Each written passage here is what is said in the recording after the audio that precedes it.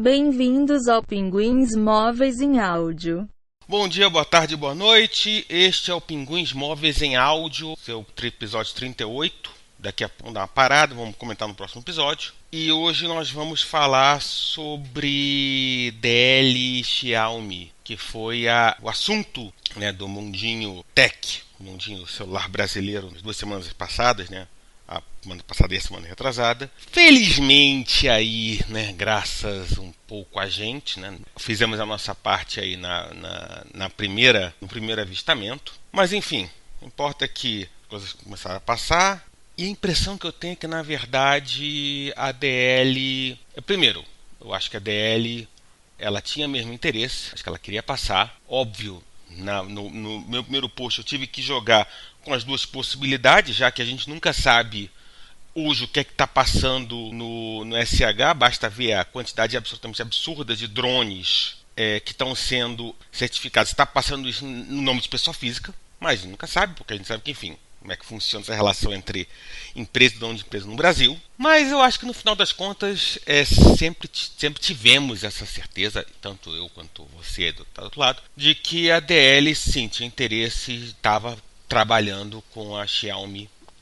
Mas eu acho que a DL queria algo bem mais quieto do que realmente acontecia. Ninguém notasse, que uma hora simplesmente aparelhos brotassem na Ricardo Eletro e que de uma hora para outra as pessoas acordassem sem saber por que apareceram telefones Xiaomi no varejo de rua brasileiro. Tanto o Pocophone F1 quanto o Redmi Note 6 Pro, que são os dois primeiros que vieram conjuntos completos e tal, essa coisa toda. Tiveram que confirmar na segunda-feira e em cima disso eu vou pegar aí fazer comentários de 2 posts bem interessantes.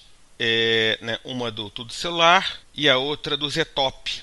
Primeiro foi a entrevista que o Tudo Celular fez com o gerente de produtos da DL, o Luciano Neto, que se declarou Mi Fan. A entrevista tem muita coisa ali, whatever, passa, né? Mas eu vou pegar ali, né, algumas coisas que eu acho bem interessantes.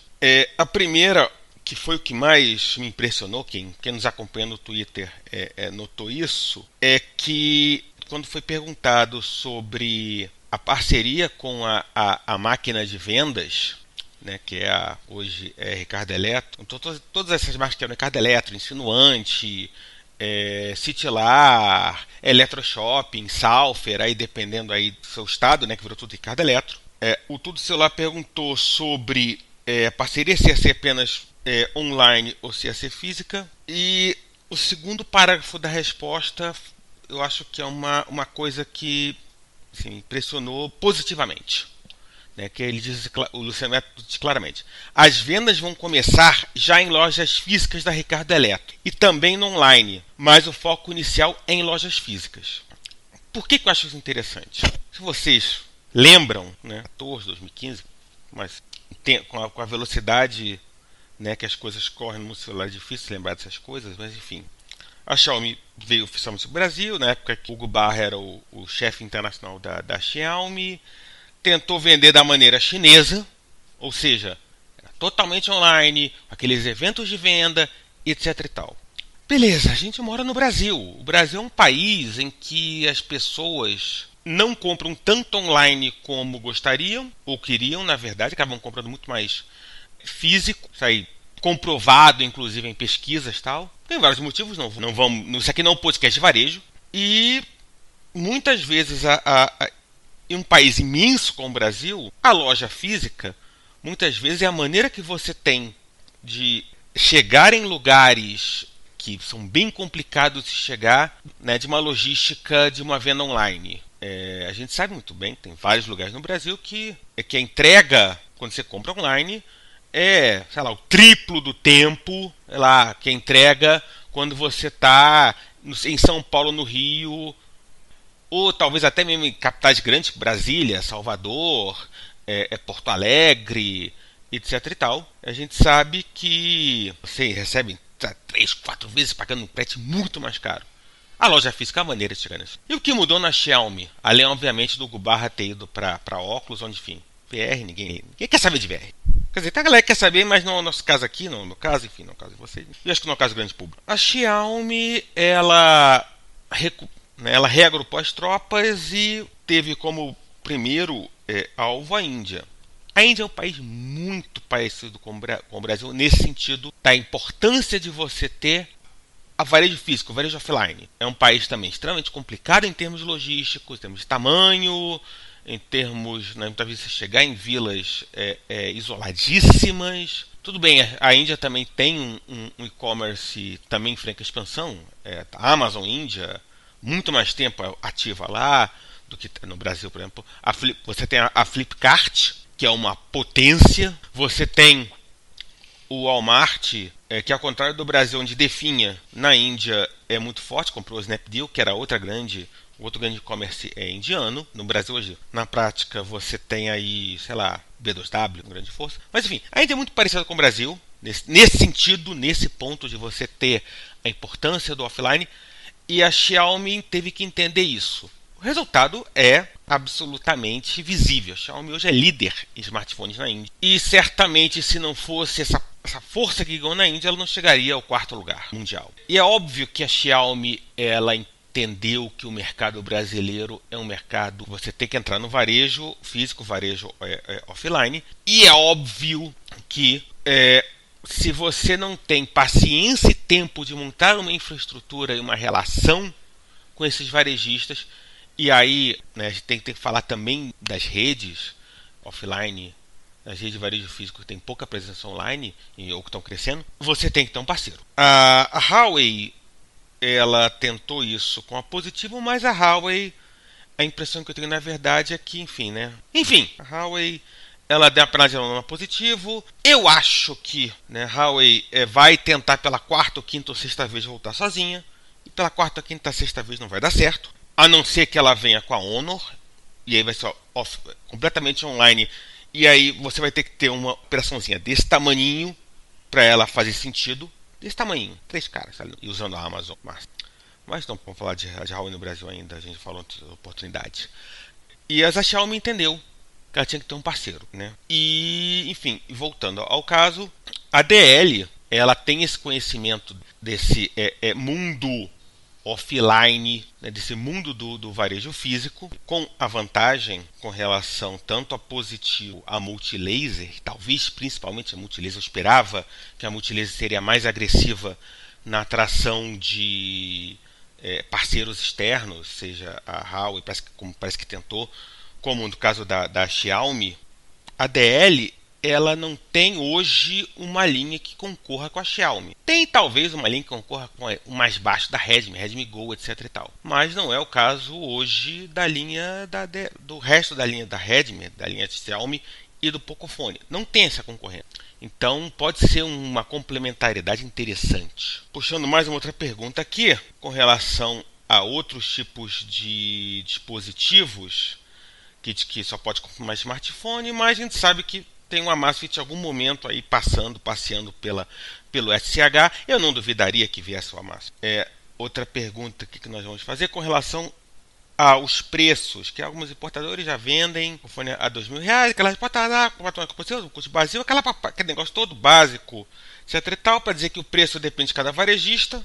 A gente tem que lembrar também uma coisa, né? O custo da importação direta hoje subiu, né? A Receita está mais esperta, a Anatel está mais esperta, a Receita e a Anatel estão trabalhando hoje numa parceria. Hoje você paga R$15 para os Correios em qualquer coisa e o Correio também está nessa, e no final de contas você vai acabar parando para certificação. A Anatel vai certificar, você vai morrer em R$200, tanto que você vê, o pessoal está aí vendendo, naqueles postzinhos pagos que aparecem nos grandes sites, né, de tecnologia do Brasil, gente começando a falar, já está no Brasil, não precisa passar pela certificação, aquela coisa toda. Então o preço subiu importado no Brasil. Eu acho que talvez seja aí um ponto de que talvez não fique tão longe assim, no final das contas, em termos do preço do importado.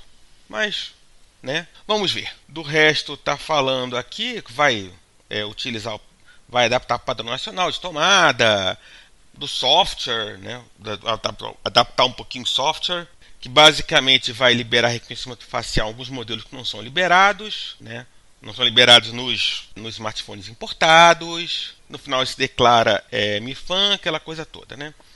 E a primeira pergunta é como a DL e a Xiaomi se encontraram. Ela é muito melosa e eu vou deixar para vocês lerem, né? No final de contas, muito, muito meloso para o cara enrolar e dizer que foi uma oportunidade, né? Pintou ali aquela oportunidade, né? Pintou a bola quicando na área, alguém tem que chutar gol, DL estopou. Agora vamos para as perguntas que o Ztop fez a DL. Os smartphones serão montados no Brasil. Já tinha resposta, foi absolutamente terrível que eles deram pro Ztop. No Tudo Celular, acho que a resposta foi mais simples, talvez porque foram direto, o cara foi direto no gerente de produto. Então, claramente, a comunicação da DL, ela precisava de um media training com a equipe de produto. Um media training, vocês entenderam? Precisava de conversar com a equipe de produto antes de dar as respostas ao Ztop, porque eles desceram, óbvio, não faz sentido. O cara pergunta sobre o que está montado no Brasil e responde de software, né? Mas o mais óbvio, essa última pergunta mais interessante, que talvez a única resposta claramente dita começa no início de março as vendas, ou seja, depois do carnaval, na prática, depois do carnaval. Quem vai dar assistência técnica é o pessoal da DL, portanto já deve estar rolando os famigerados treinamentos. Mas acho que o mais interessante, o Henrique em algum lugar comentando, aqui logo no início, comentando que a boca pequena fala-se em 30 mil peças, o que reforça a minha impressão desde o início de que a coisa deveria ter sido quieta, sem muita propaganda e gente chata que fica olhando o SH quando não tem o que fazer. Descobriu e aí a coisa degringolou, né? E aí o Tecnoblog fez a parte dele de botar fogo no parquinho, aquela coisa toda. Mas, bom, quando acabar os 30 mil, eu acho que eles vão ter que importar mais. Bom, de qualquer maneira é o seguinte, início de março, vamos começar a ver Pocophone Redmi Note 9 em algumas lojas de carro da Eletro. Imagino que eles vão escolher alguns lugares, alguns centros estratégicos. Não acho que nesse momento a DL esteja interessada em entrar de cabeça com mais coisa, mas muito mais ver se um público que não está o tempo todo acompanhando canal do YouTube sobre tecnologia e acompanhando blog de tecnologia e fórum de tecnologia e Twitter de tecnologia e Facebook de grupos de tecnologia, essa coisa toda, como é que vai receber uma marca que, vamos ser honestos, gente, nunca ouviram falar. Vamos aqui. Cá entre nós, eu ou você. Pergunta, sei lá, avó, assim, pro dono do bar, pro taxista, enfim, alguém que acha que a internet começa e acaba no Zap. Se já ouviu falar de Xiaomi, e olha a cara deles. Se você perguntar pro filho, o filho deve saber, o neto deve saber. Você olha para eles. E esse público que compra, esse público que está comprando celular, esse público que a DL vai ter que dizer para eles, olha, existe uma marca chinesa, Xiaomi, é a marca que, sei lá, que mais cresce no mundo, enfim, aquelas hipérboles que eles adoram, né, que o marqueteiro adora. E, cara, você pode comprar um telefone super legal, super bacana, a um preço XY. Esse é o desafio da Xiaomi e talvez por isso seja o teste de aceitação de mercado de ver aí, sei lá, 30, 40 mil peças e ver o que acontece. Tempos interessantes no mercado varejo físico brasileiro de celulares vão começar a acontecer a partir de março, né? E o mais interessante disso é que, obviamente, né, os grupos de Facebook, né, os youtubers de tecnologia vão ter que ir no mundo real e ver o que acontece. Eu gosto quando o mundo real dá tapa na cara. Enfim, é isso. Semana que vem a gente vai fazer o último episódio antes de passar um tempo desligado, também porque ninguém é de ferro. E vamos falar de um pouquinho mais fim do que der na telha. Não tem nada fechado. E é isso. E até a próxima.